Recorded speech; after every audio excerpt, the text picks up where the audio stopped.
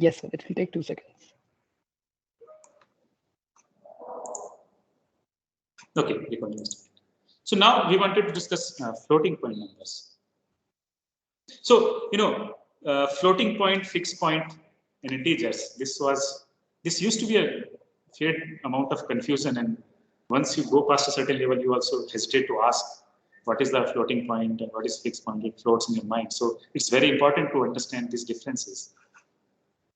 And especially when you studied about CNN accelerators, they will discuss all about it. One of the most pervasive optimization is used of fixed points. So let us understand them and understand the differences. So this is the normal scientific notation we have when we have a base 10 number system. And we all know that a normalized number is such that this first number should be between it should be between 1 to 9. And here this is not met, so that's why this is called not normalized. Similarly, in binary, we can have 1 point something into 2 raised to power something. Now in C, we have a C or C++, we have float and we have double. Okay. So anybody can please tell me how much data, how much is the storage limit? That means how many bytes does each variable of float takes, and how many variables, how many bytes each variable of double takes?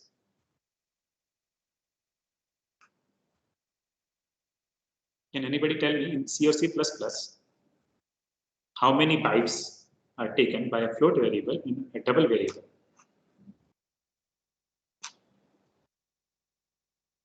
Okay, Prithviraj says something. Let us see if somebody else also can think different.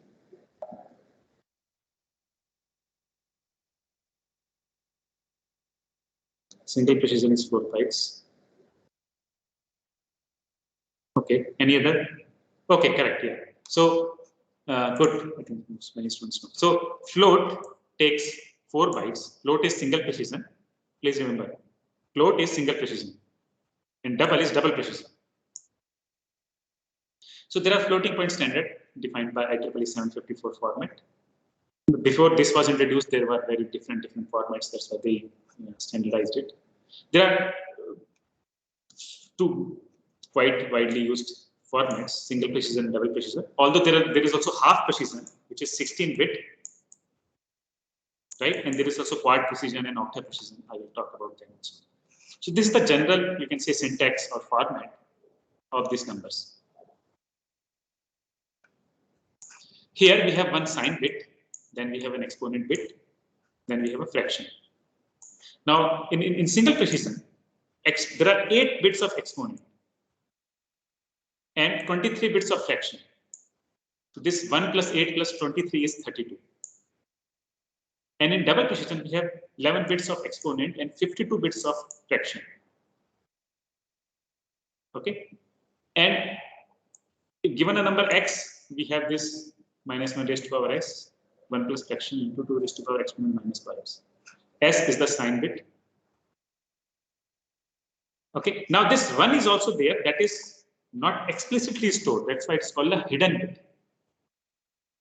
Always have a leading pre-binary point 1 bit, which is not stored. That's why it's called a hidden bit. Now significant is your 1 plus fraction. This 1 plus fraction is your significant. Okay. Now your exponent is stored in an excess representation format. That means you store actual exponent plus bias, which ensures that the exponent is unsigned. And for single precision format, the bias is 127. For double precision, bias is 1023. Now, why it's called single or double precision? The precision indicates the number of decimal digits that are correct. That means without they don't have any representation error or approximation. So it shows how many decimal digits you can safely use. So in single precision, we have 2 raised to power 24. So why this number 24 comes? See, here we have only 23. So why this number 24 comes? Can anybody tell me? Can you think? So somebody wrote 16 byte long double. Okay, we are not talking about long double, it is just double. So can you think of why we got 24 here?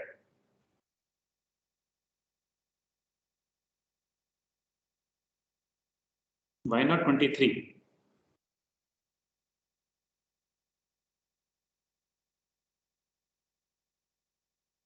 Yeah, because this 1 is hidden here. So this 1 is already there. And in addition to this, there are 23. So 1 plus 23 is 24. Similarly, here for double precision, here we have 52. And if you also include this one, then there are 53. So log of 2 raised to the power 24 base 10 is about 7 to 8 decimal digits. That means there are 7 to 8 decimal digits that you can safely use. Similarly, in double precision, you can use almost 15 to 16 decimal digits safely. So here, these are the different formats. There are total number of bits, exponent, significant bits, and here we have given as a fractional number, but it's 7 to 8 digits you can use safely. And if you need more precision, you can go to bigger storage formats that will take a lot of bits. Now there are special cases, which is infinity and null. So infinity is the case where exponent is all 1 and fraction is all 0. It can be used in subsequent calculations, which avoids the need for overflow check. And when the exponent is all 1, but fraction is not all 0, that is called NaN, or not a number. Okay. So of course, there is no mathematical operation defined on NaN. It is just that if a number is NaN means you can use that as a check that if the number is NaN, that means some error has happened in a previous calculation. So in that way, you can use in subsequent solutions. It's not that you multiply some NaN with the actual number, it becomes a useful number. No. Once a number is NaN, you have to reset it. You can't use it in that way subsequent calculations.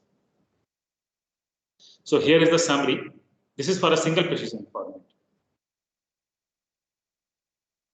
For special cases. When the exponent is all 1, mantissa is all 0, then it is infinity. When mantissa is not all 0, then it is NaN. If both of them are 0, it is 0. And when exponent is all 0, but mantissa is not all 0, this is called a D-normal. I will introduce it very soon. So any operation on NaN is not defined. So here are the D-normal numbers. So this is the smallest normal FP numbers.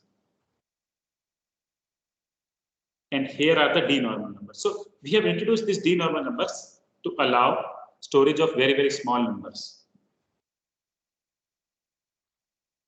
So in the case of D-normal numbers, the whole point is the exponent has to be all 0. That means whenever the exponent is all 0, the hidden bit is 0. Here it is 0 plus fraction. The D-normal numbers are smaller than normal numbers, so they allow for gradual underflow with diminishing precision. Okay. So for D-normal numbers, exponent is not, see, usually we write exponent minus bias. Here the exponent is all 0. It doesn't mean your actual exponent will come out to be minus 127, but here it will be 1 minus bias. Bias is 127 for single precision. So here we get minus 126. So here, because exponent is also fixed, exponent has to be all 0. So this is also has to be all 0. This also has to be all 0. I mean, so sorry, this exponent is all 0. So this is also fixed to be minus 126. Actual exponent is minus 126. So your smallest positive normal number is 2 raised to the power minus 126. How we obtained it, I will show in the next slide. But for now, just take it from me that smallest positive normal number is this value. And what is the largest D-normal number? That is this value. How we obtained it, I will show in the next slide. For now, you just take it. So here, so in this way, you can see that this is the smallest positive normal number. This is the largest D-normal number. That means between this and this, there is a very small gap. That's the gap here. That is this gap. That means this is the smallest normal number, and this is the smallest D-normal number. So sorry, this is the largest D-normal number. In between them, there is a very small gap. So use of D-normal numbers allows us to store very small numbers so that we can gradually lose the precision. So these are some useful blocks, useful links where you can study more about it. So can you stop the recording? I will move to the next.